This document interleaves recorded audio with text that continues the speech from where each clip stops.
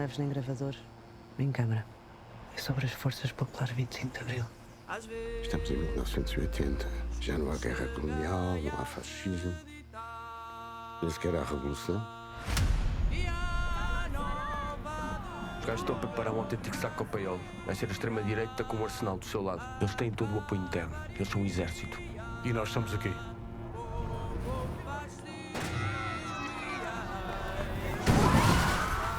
Identificada pela polícia judiciária. Eu safo dessa merda em que tu te meteste. O negócio é, tu chibas tudo, nós apanhamos os gajos, põe-te um passaporte no bolso, ainda te metem uns milhares de contos, pá. Companheiros e companheiras, nenhum de vocês está a ser roubado. A vossa luta é a nossa luta. Contra o capitalismo, contra o fascismo e contra o imperialismo em todas as suas formas. Descontos durante um tempo, nome novo, vida nova. Parece a máfia. Mas não é. Se o gajo anda nesta vida, sabe as suas responsabilidades políticas. E não vai enterrar toda a gente só porque a Bofi o apanhou e quer safar a pele. Eu sou operacional das FP25! Caralho, morremos todos aqui! Morremos todos aqui!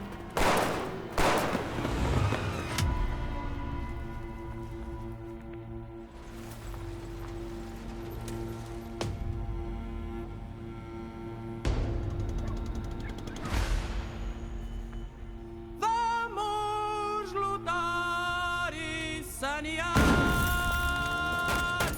Vamos ser nós a comandar. Eu digo, retaliação já! Mais nada! Eu vou ficar aqui à espera que tu me dês ordem para matar um camarada. Olha que isto não vai lá com bombas, hein? Querem poder, candidatem-se, como os outros sacanas todos, pá. A liberdade tem um preço caro a pagar.